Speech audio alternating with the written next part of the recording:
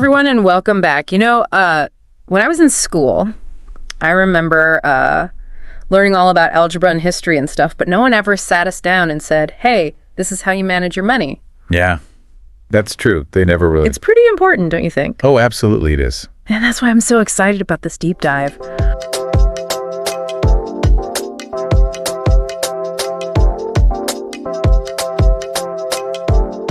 We're going to be cracking open Keroy King's book, Live Like a King Without Going Broke.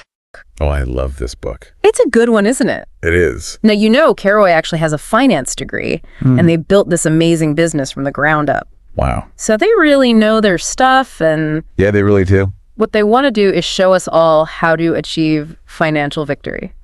I love that phrase. It's pretty catchy, isn't it? Yeah, financial victory. It sounds pretty epic. Yeah, it does have a nice ring to it. And I think what's so appealing about Keroy's approach is that it's all about empowerment, not deprivation. Right. It's not about scrimping and sacrificing.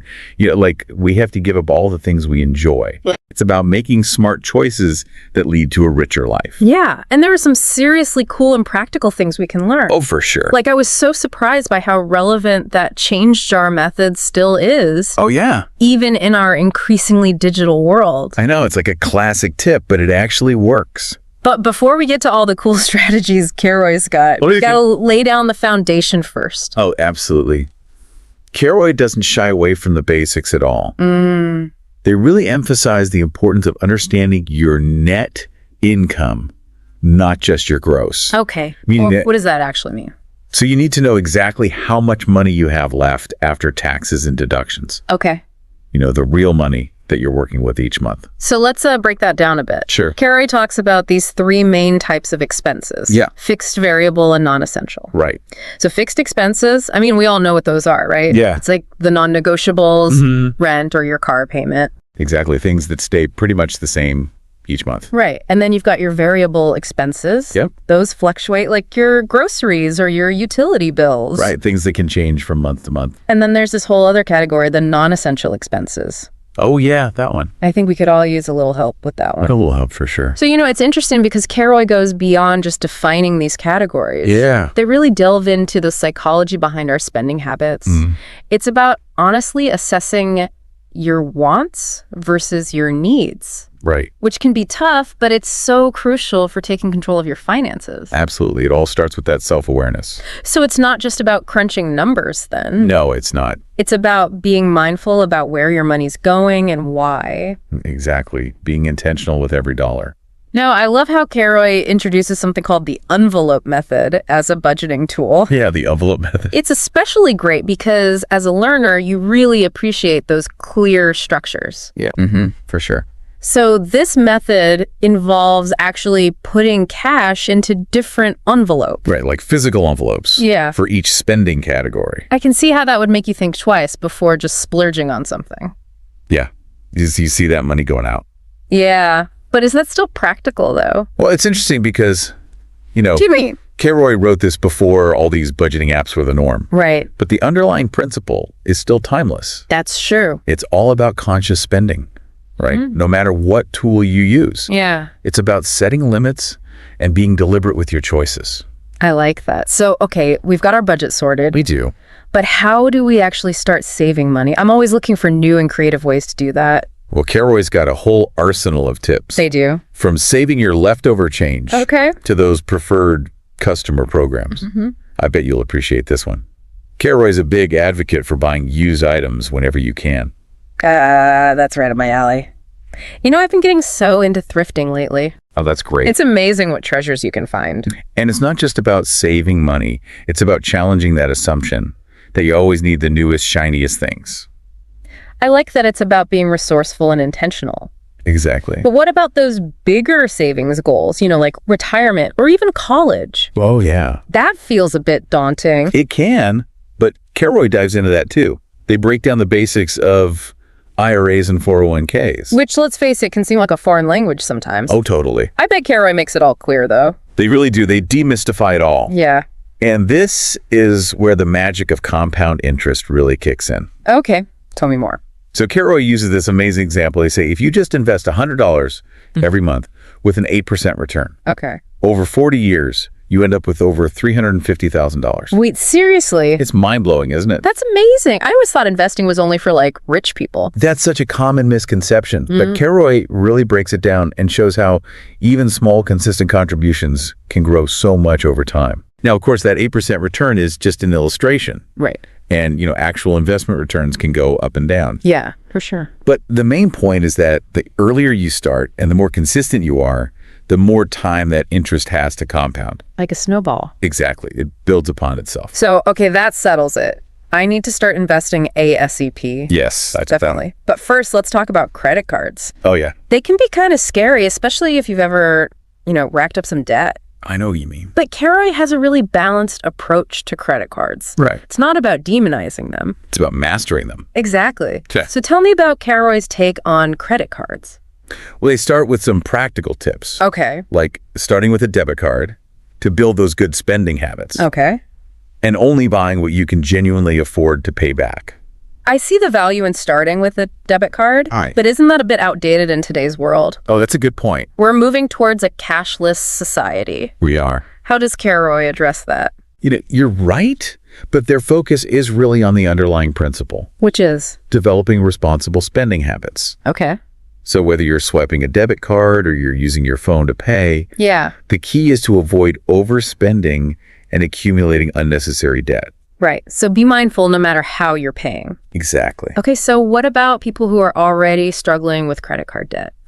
Well, Keroy recommends prioritizing those high-interest debts first. Okay. And they suggest using the snowball method to start tackling those balances.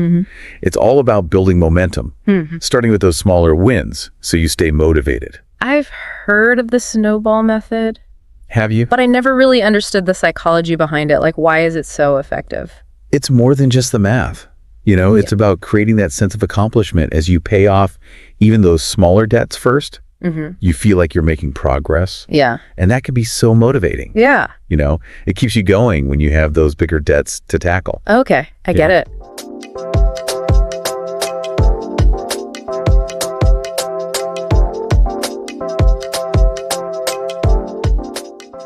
So we've talked about budgeting, saving, and getting a handle on our credit card debt. Right. Where do we go from here? Well, Keroy doesn't just stop at managing expenses. They actually want you to increase your income too. I love that.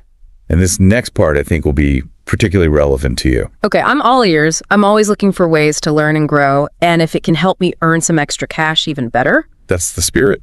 What kind of ideas does Keroy have? Well, they actually dedicate a whole chapter to what they call side hustle strategies. Side hustle strategies. I like it. Remember we talked about how important multiple income streams are? Right? Well, Keroy dives right into that. Okay. With tons of ideas for generating extra cash from online sales to offering all kinds of services. And they even talk about writing and blogging. Okay, this is getting good. I've actually been thinking about starting a blog for a while now. Oh, really? What are Keroy's thoughts on that? Well, they believe in the power of sharing your knowledge and passions. And they see blogging as a way to not only generate income, Yeah. but also to build a community Oh, wow. and even establish yourself as an expert in your field. It's like a perfect fit for your learner mindset.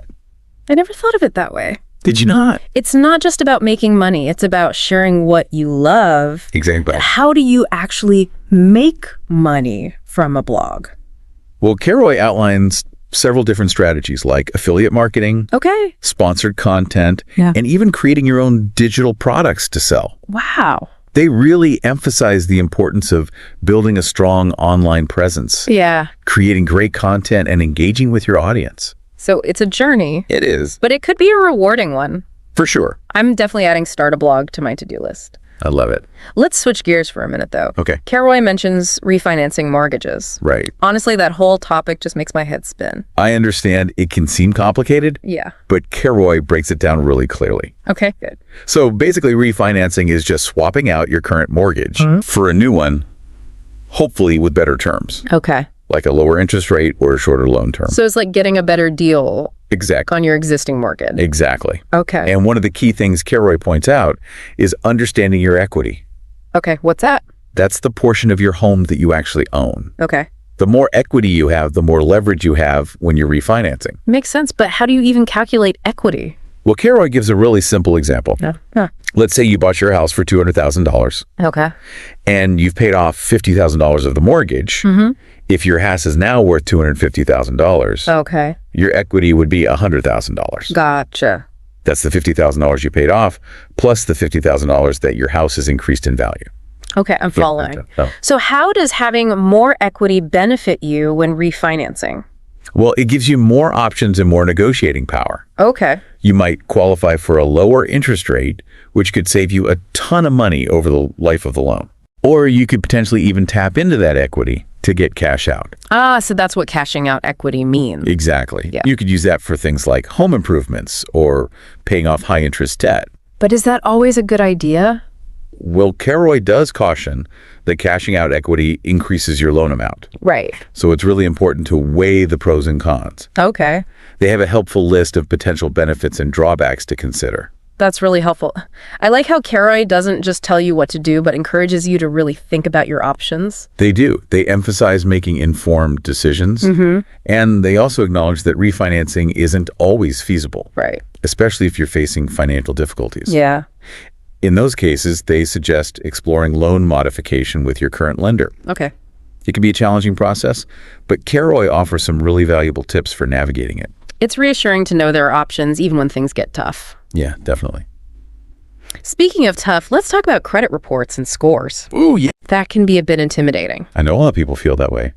But Keroy really stresses the importance of understanding your credit report Right. and how your score is calculated. Absolutely. They remind us that we actually have the right to access our credit reports for free Yeah, we do. from each of the 3 major credit bureaus, Right. Experian, Equifax, and TransUnion, once a year. Yep, once a year. And they even give the website annualcreditreport.com. Yeah, I love that they give that specific information. That's great. I'm definitely going to check that out. Me too.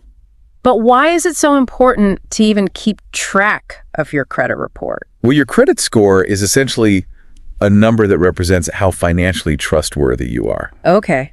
And as Keroy points out, it can impact all sorts of things, Like what? from getting a mortgage Oh, wow. to renting an apartment to even landing a job. Really? Yeah, because lenders, landlords, even some employers use your credit score to assess how reliable and responsible you are. I didn't realize it was so important. It is a big part of your overall financial picture. So how do you actually build and maintain a good score? Well, Keroy has some great tips. Okay.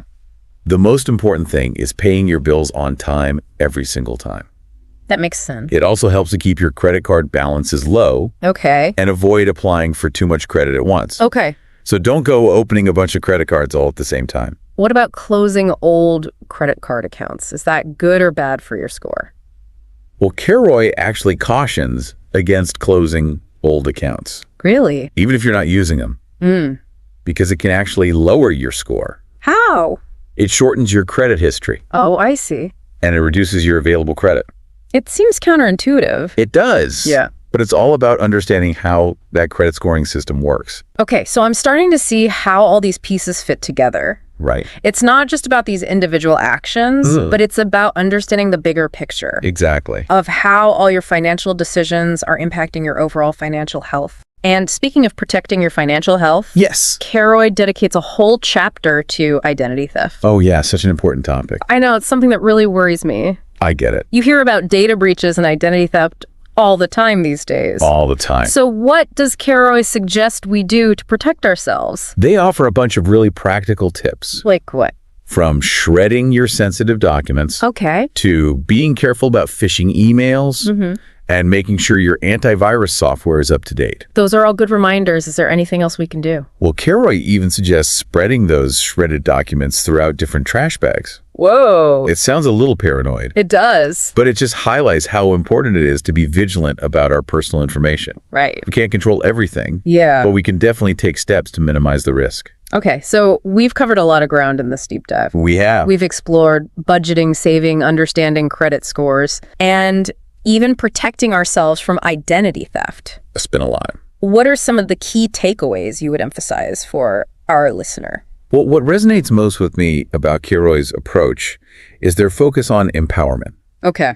They don't present financial management as this set of restrictive rules, Right. but as a path Yeah. to achieving your goals and living a richer, more fulfilling life. Yeah. It's about making those conscious choices, understanding the systems at play, and taking small, consistent actions that compound over time. I love that perspective. It's not about deprivation. No, it's not. It's about making your money work for you, not against you. Right. So as we wrap up this first part of our deep dive, Okay. what is one action our listener can take this week to improve their financial situation? Oh, that's a good question. I'd say pick one of Keroy's tips that really resonated with you. Okay. Whether it's checking your credit report, setting up that change jar, Right. or even starting that blog you've been thinking about. Just take that first step and see where it leads you. Great advice. Remember, even small actions can have a big impact over time. That's so true. And we'll be back to finish our deep dive into Live Like a King without going broke. Looking forward to it. See you soon.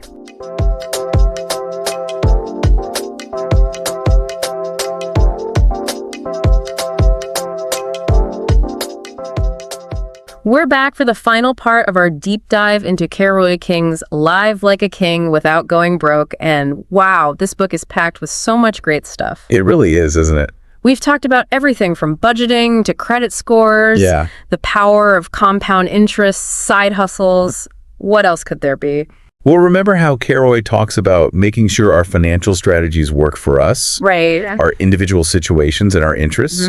They have a whole section about earning extra income based on what you're good at and what you like to do. Okay, that makes sense.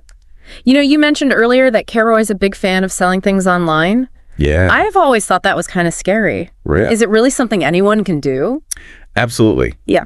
Keroy breaks it all down into easy steps. Okay. They talk about platforms like eBay and Amazon as really good places to get started. Yeah. And they even give you tips on everything, like finding stuff to sell that will actually make you money Okay. and how to market it really well. I've heard of people making a good living selling things online, Oh, yeah. but I just never thought I could actually do it. Keroy really believes that anyone who's a little bit creative and willing to put in the work can succeed selling online. Okay. It's all about finding your niche, something that interests you, Yeah. and using your own knowledge and skills. Okay, I'm starting to see the possibilities. Good.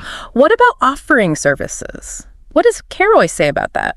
They have tons of options. Really? Like what? From more traditional things like babysitting and taking care of pets Right. Those are always needed. to more specialized stuff like freelance writing, Okay. being a virtual assistant, or even teaching courses online. That's amazing. I love that idea. Yeah. Using your skills to help people and make some extra cash at the same time. Exactly. And Keroy really encourages us to think outside the box.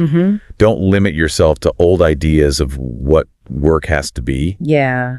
The gig economy is exploding with opportunities. It really is. So many ways to be creative and resourceful. You know something else I noticed throughout the book What's that? is how much Keroy talks about the psychology of managing your money. Oh, yeah. It's not just about numbers and spreadsheets. It's not. It's about understanding your own behavior and your motivations. Absolutely. Keroy has a whole chapter called Mindful Money Habits. Mindful money habits. I like that.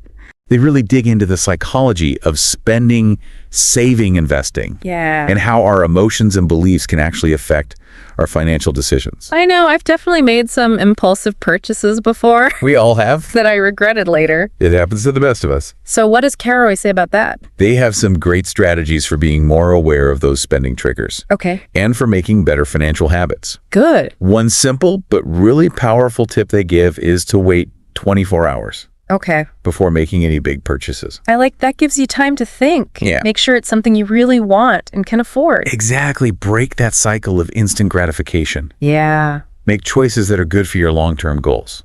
So as we wrap up our deep dive into Live Like a King Without Going Broke, Right? what's one message you really want our listeners to take away? Well, I think Keroy says it best in the last chapter. Financial victory is not about deprivation. It's about empowerment. I love that it's about taking control of your money, understanding your own relationship with money, and making choices that lead to a richer, more fulfilling life. And a life that you create on your own terms. Exactly. So it's not about being rich. Right. It's about being in control. And living a life that aligns with your values. Keroy's book is really an incredible guide. It is. For anyone who wants to increase their finances, it's got practical advice, inspiring stories, and a lot of motivation. It does. And remember, financial success is a journey. Right. There will be good times and tough times. Yeah. But with the right knowledge and the right attitude, you can reach your financial goals and create the life you want. That's a great point. Thanks for joining me on this deep dive into personal finance. It was my pleasure. I hope everyone found it insightful and empowering. Me too. Until next time, keep learning, keep growing, and keep diving deep.